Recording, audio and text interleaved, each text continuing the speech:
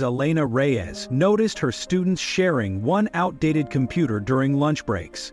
They were bright kids from the poorest part of town, with no technology at home. Their dreams of college seemed impossible without digital skills. Elena understood their struggle. She grew up in the same neighborhood and fought her way to becoming a teacher. Looking at her modest savings account, she made a decision that would change everything. She never imagined this act of kindness would cost her the job she loved, or that the community would rise up in a way no one expected. Hi everyone, welcome to Mystic Tales. Let's get started. Elena taught computer science at Westside High School. Her classroom had only 8 computers for 30 students. Most were over 10 years old, with cracked screens and missing keys.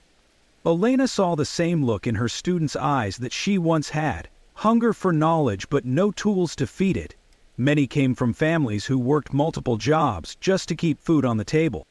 "Miss, can I stay during lunch to finish my coding project?" Miguel asked one Monday morning. His eyes looked tired. "Of course. Everything okay?" Elena placed a gentle hand on his shoulder. "We don't have internet at home anymore. Mom lost her second job." Elena nodded. She understood too well. More students began staying during lunch, taking turns on the few working computers.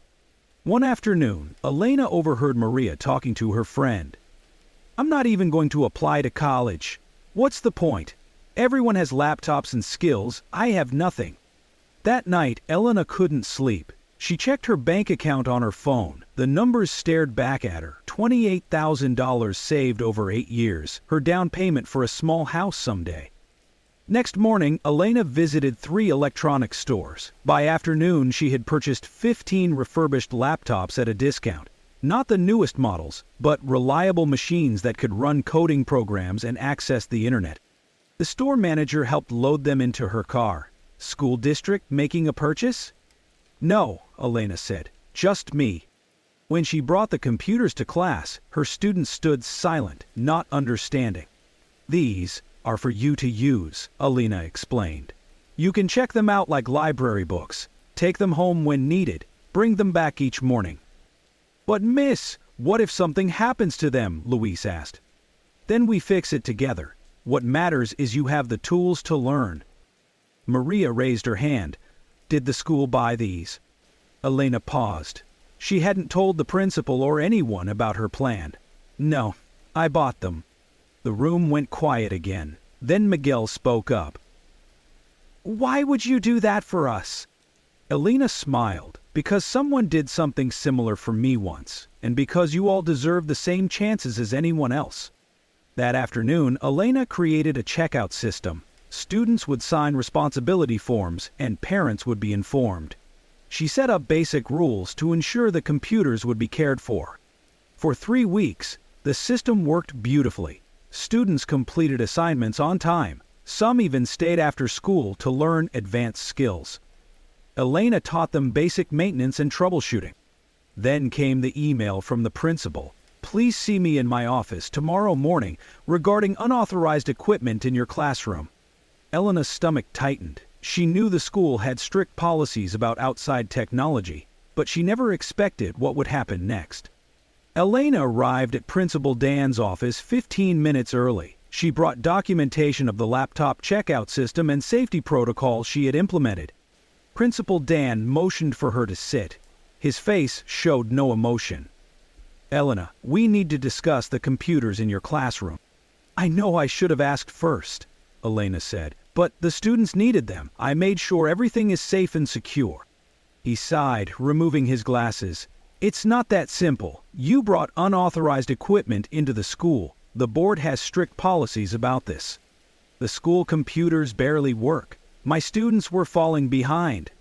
You should have gone through proper channels, filled out request forms, waited for approval." Elena leaned forward. "I did. 3 times in the past 2 years. Each request was denied due to budget constraints." "That's how the system works," Principal Dan said. "We can't have teachers bringing in outside equipment without security clearance. What if there's inappropriate content? Malware? The district could be liable. I've installed proper security software. The students and parents signed agreements." Principal Dan shook his head. That's another issue. You created unauthorized contracts with students and parents without legal review. The meeting continued for nearly an hour. Principal Dan explained that the board had called an emergency session after hearing about the laptops. They're concerned about precedent. If you can bring in equipment, other teachers might do the same. There would be no standardization, no control. This isn't about control, Elena said. It's about education. 3 days later, Elena received another email. The board wanted to meet with her. When she entered the conference room, 7 board members sat around a long table. Their faces were stern. Board Chair Sandra spoke first. Ms. Elena, we've reviewed your situation. While we appreciate your intention to help students, you've violated multiple district policies. Elena tried to explain her reasoning, but the board members had already made up their minds. You bypassed proper channels, another member said, created unauthorized agreements, brought in unvetted technology. The equipment was necessary, Elena said. My students have no computers at home. That's not your problem to solve personally, Sandra replied. The district has procedures for technology acquisition. Procedures that never result in actual computers, Elena said quietly. The board deliberated while Elena waited outside. When they called her back, their decision was clear. We're placing you on administrative leave, effective immediately, Sandra announced. The computers will be removed from the classroom today. The board will meet next week to determine if your contract will be terminated. Elena felt the room spin. You're firing me for helping my students? We're following policy, Sandra said. You can clean out your desk this afternoon. A substitute will take over your classes. Walking back to her classroom, Elena felt numb. 8 years of teaching, possibly over. The students would be waiting for their afternoon coding lesson. How would she tell them? When she entered, 30 pairs of eyes looked up. Elena couldn't hold back tears as she explained what happened. But that's not fair, Miguel said. You were just trying to help us. Sometimes life isn't fair, Elena replied. But that doesn't mean we stop trying to make it better. News traveled fast at Westside High. By evening, students were texting and calling each other about Ms. Elena. The next morning, Miguel's mother Rosa stopped him as he headed for the door. What's this I hear about your computer teacher? She asked, pouring coffee. Miguel explained how Elena had bought laptops with her own money and was now on leave. Rosa shook her head. That doesn't seem right. She was trying to help you kids. Rosa had cleaned offices at night for 15 years. She understood sacrifice. At school, the substitute teacher, Mr. Barnes, stood awkwardly at the front of Elena's classroom. The students sat silent, arms crossed. I understand you were working on coding projects, he said.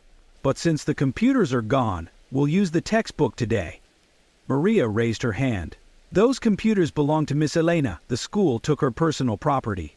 Mr. Barnes looked uncomfortable. I don't know the details. I'm just here to teach the curriculum.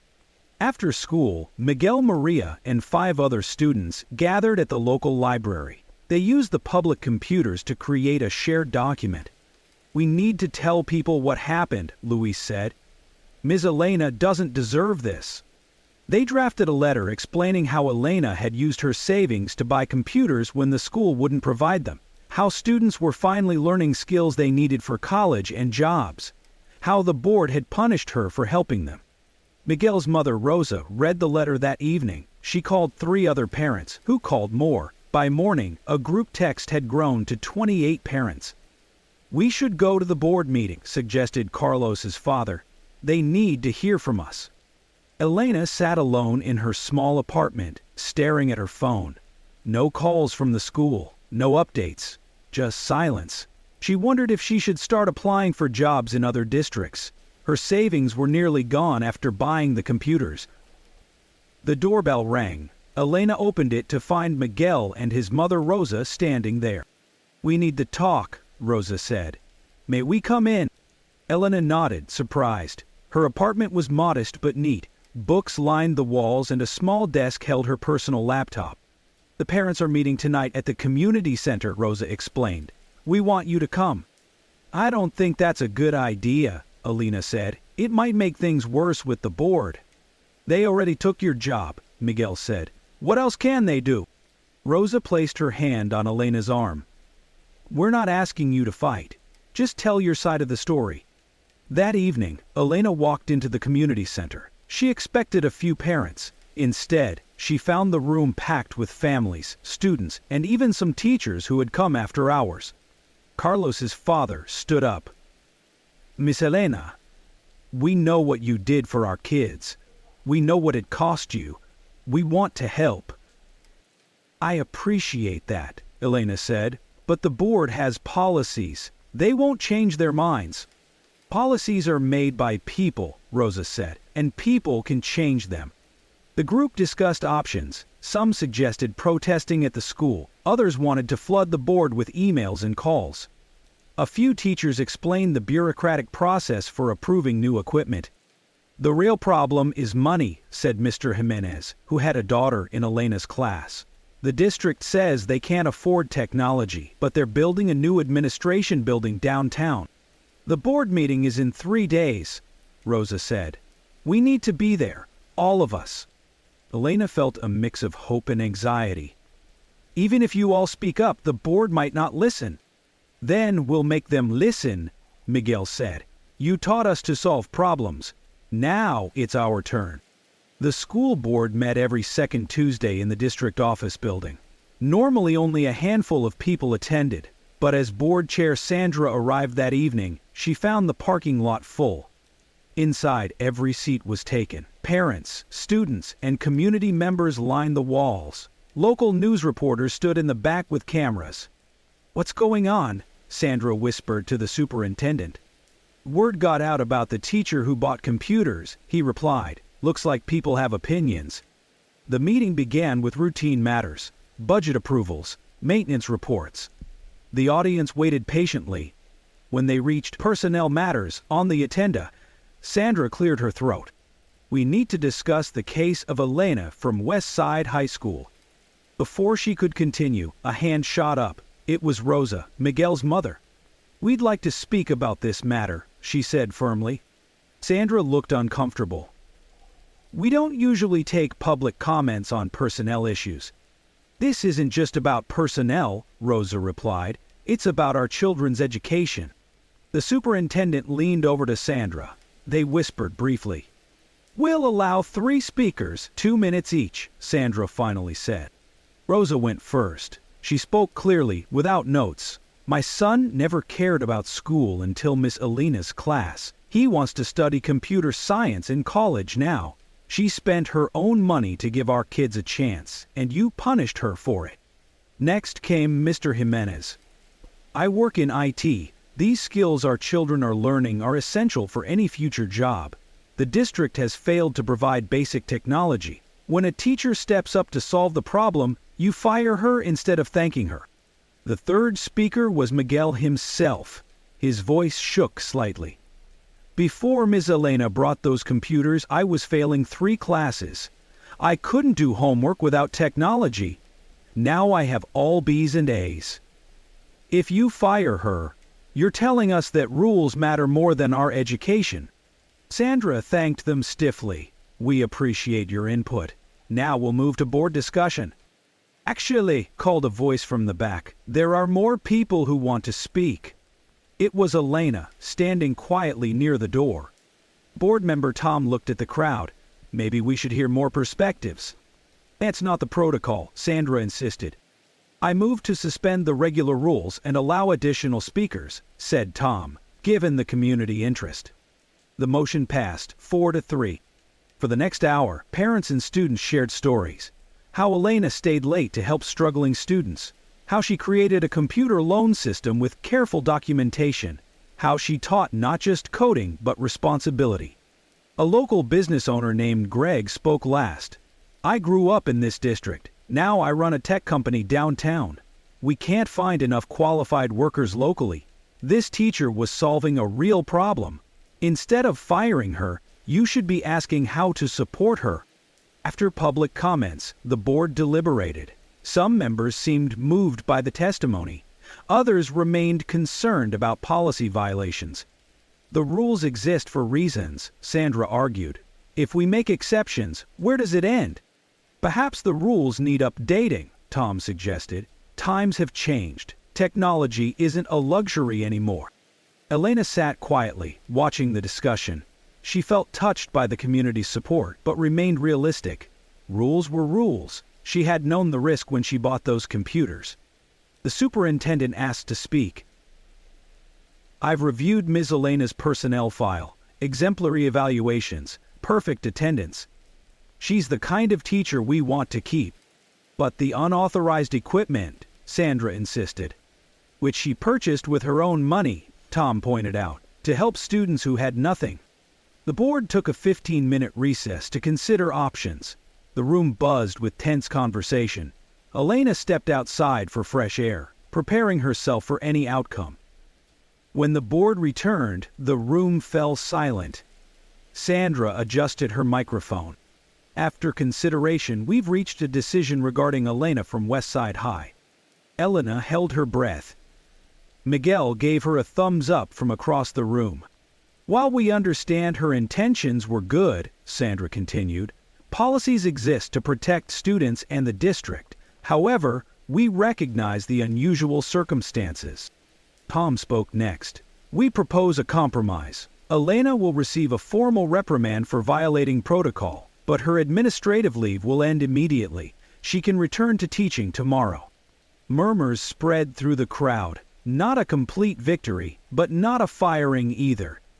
Additionally, Sandra added, the computers will be inspected by IT for security compliance. Once cleared, they may return to the classroom under district supervision. Elena felt relief wash over her. She could keep teaching. The students would get their computers back. But then, Greg, the business owner, stood up again. That's not enough. The real issue remains. One teacher shouldn't have to spend her savings to provide basic educational tools. Sandra frowned. Budget constraints are real. We can't manufacture money. Perhaps not, Greg replied.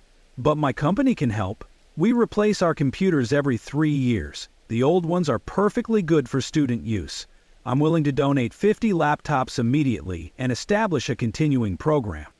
The room buzzed with excitement. Sandra looked surprised. That's very generous, but there would be costs for maintenance, software, security. My company will cover that too, Greg said, and provide technical support. I've already spoken with our finance department about making it tax deductible. Other business owners in the room began to speak up. A woman who ran a local internet provider offered free Wi-Fi hotspots for students without home internet. Another promised to fund a part-time IT position specifically for maintaining the donated equipment. The superintendent leaned forward. This could be structured as a formal public partnership with proper documentation and board oversight. Sandra nodded slowly. We would need to create guidelines. Ensure everything meets district standards. Of course, Greg agreed. We want to work within the system. But the system needs to work for these kids too. The board voted to accept the proposed partnership and form a committee to establish guidelines. Elena would serve as the teacher representative. 1 week later, Elena stood in her classroom, watching as tech workers set up new computers. Her students crowded around, eager to get back to their projects. Is it true you almost got fired for helping us? A freshman named Tanya asked. Elena smiled. Let's just say I learned that sometimes rules need to catch up with needs, and that communities can make change happen when they work together. Miguel tapped on a new laptop. These are way better than the ones you bought, miss. That's the point, Elena said. One person can only do so much, but when everyone contributes, we can create something sustainable. The program expanded over the next year. Other schools in the district adopted similar partnerships. Elena's formal reprimand remained in her file, but alongside it was a letter of commendation for inspiring community engagement. One afternoon, as students worked on coding projects, Principal Dan visited her classroom.